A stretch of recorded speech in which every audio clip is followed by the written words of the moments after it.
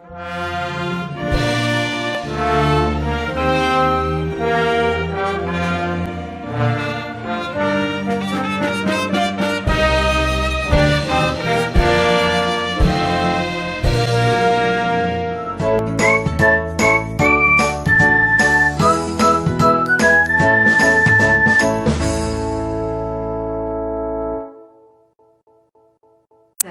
untuk kita semua, tetap sehat. Nah, kita tetap menggunakan masker, sarung tangan, kemudian jas praktikum. Jadi kita berjumpa di praktikum kimia organik dasar. Hari ini kita akan melakukan reaksi esterifikasi, yaitu mensintesis amil asetat dari reaksi antara amil alkohol dengan asam asetat glasial. Nanti menggunakan katalis asam sulfat pekat. Nah, untuk mensintesis amil asetat ini kita menggunakan rangkaian alat reflux. Jadi ini rangkaian alat reflux, kita menggunakan magnetic stirrer with hot plate. Kemudian ini labu leher 3 ya. Di dalamnya sudah ada batang magnet. Ini ada termometer. Ini pendingin balik atau pendingin bola. Ini selang air masuk, yang di atas adalah selang air keluar.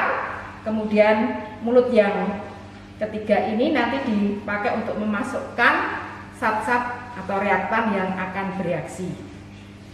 Nah, reaktan yang dipergunakan sudah dihitung sesuai dengan yang dibutuhkan. Jadi memasukkan amil alkohol sesuai dengan perhitungan. Kita masukkan di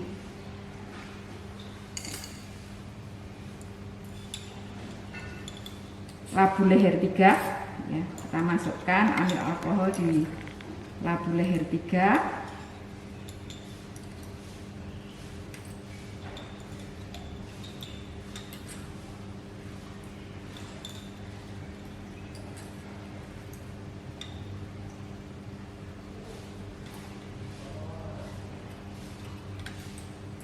Kemudian asam asetat glasial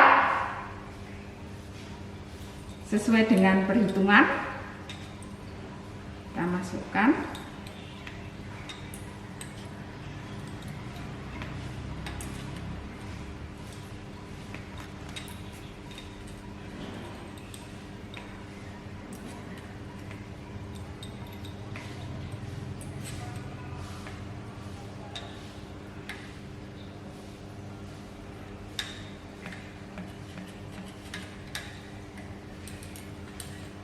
Kemudian kita gunakan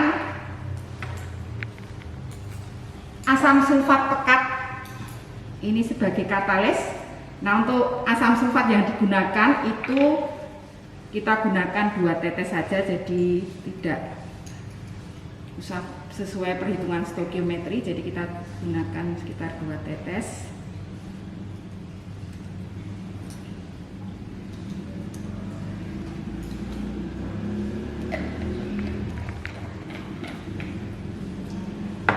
Kemudian kita tutup lubangnya, jadi semuanya dalam keadaan. Kemudian air sudah mengalir ini memenuhi pendingin ya, airnya sudah mengalir. Kalau sudah siap rangkaiannya, kita tinggal menyalakan heater dan stirrernya. Jadi ini proses reflux itu dilakukan kira-kira 1 jam.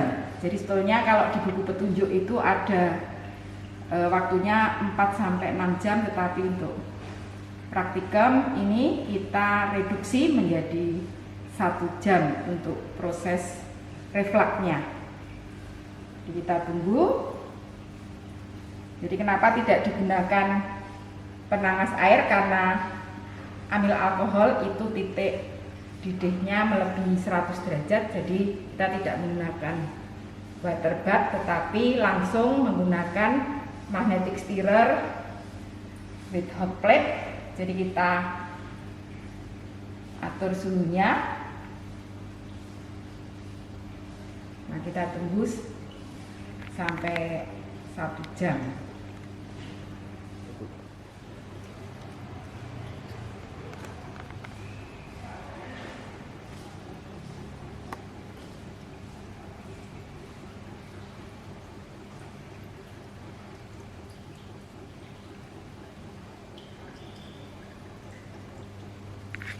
A few moments later. Oke, setelah reflux selesai, kemudian kita lakukan langkah distilasi. Jadi tadi hasil reflux itu sudah kita masukkan di dalam labu distilasi di sini, dan di sini menggunakan pemanas mantel. Jadi pemanasnya adalah mantel. Nah, tentunya karena tidak dilakukan pengadukan, maka di dalamnya itu harus ditambahkan batu didih, boiling stone ya.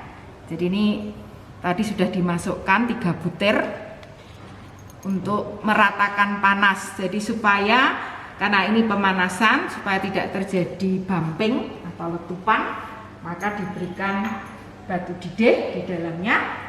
Kemudian rangkaian alat distilasi, ini ada labu alas bulat leher 1, kemudian ini konektor. Di sini ada termometer, ujungnya itu tepat di pertengahan antara konektor dengan pendingin ya. Ini pendingin Liebig atau pendingin lurus. Ini selang air masuk. Kemudian ini selang air keluar. Kemudian ini adaptor. Dan ini penampung distilat ya. Jadi ini Erlenmeyer. Nah, bedanya dengan yang untuk sintesis kloroform, kalau di sini Erlenmeyer yang digunakan itu tidak perlu diberi aquades. Jadi nanti yang akan terdistilasi tentunya, karena hasil esterifikasi itu adalah ester dan air, maka nanti tentunya yang pertama keluar adalah air. Jadi nanti kita bisa melihat suhunya di sini. Nah, itu berapa suhu keluar pertama. Jadi itu yang keluar duluan adalah air, baru disusul kemudian amil asetat yang terdistilasi, sehingga nanti akan distilatnya itu akan membentuk 2 lapisan. Jadi kita tunggu sampai distilasi selesai. Jadi semua nanti distilatnya mengalir tertampung di Erlenmeyer.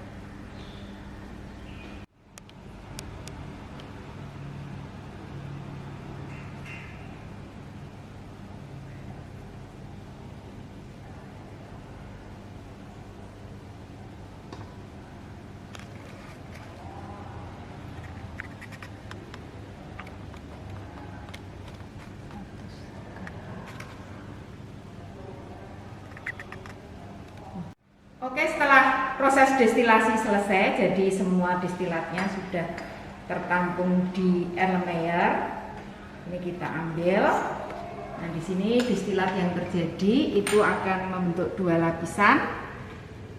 Jadi lapisan aqueous dengan lapisan amin asetat, dan ini baunya harum. Nah, ini menunjukkan bahwa amin asetat sudah terbentuk. Amin asetat itu baunya seperti aroma pisang. Kita masukkan untuk pemisahannya menggunakan corong pisah.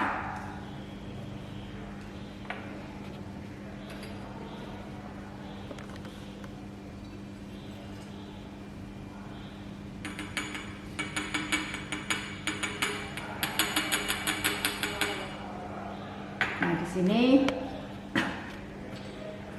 terjadi 2 lapisan. Ya, ada 2 lapisan.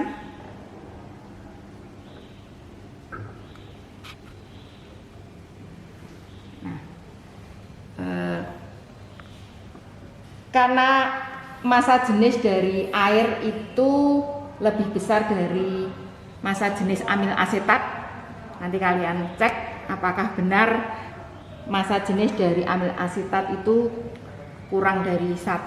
Nanti kalian lihat. Nah, berarti yang lapisan bawah ini adalah lapisan air ya. Lapisan bawah ini adalah lapisan air. Kemudian yang lapisan atas berarti lapisan amil asetat. Nah, airnya kita buang dulu. Jadi kita bisa membuang lapisan air.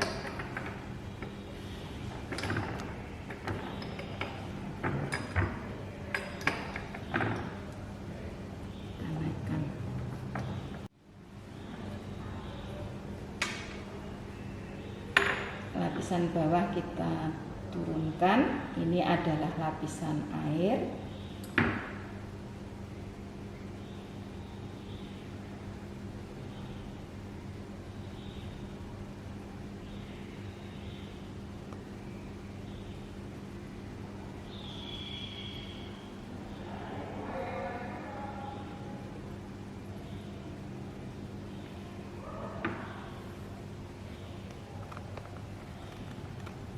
Nah, setelah semua lapisan air kita tampung di air Mayer, berarti yang lapisan atas adalah lapisan amil asetat. Nah, ini kita siapkan botol flakon ini untuk menampung amil asetat yang dihasilkan. Jadi tadi botol flakonnya juga sudah ditimbang sama tutupnya, sehingga nanti tinggal mengurangi dengan massa dari botol plus tutup. Jadi massa amil asetat yang dihasilkan, jadi ini masih keruh karena apa? Masih ada aqueous yang terikut di dalam amil asetat, sehingga sebetulnya untuk pengeringan bisa menggunakan penyerap air seperti CaCl2 anhidrat ya. Jadi ini masih keruh amil asetatnya, bisa dikeringkan dengan CaCl2 anhidrat. Tinggal ditimbang berapa massa amil asetat yang dihasilkan, kemudian nanti dipakai untuk menghitung rendemen amil asetat yang dihasilkan. Demikian untuk sintesis amil asetat. Terima kasih.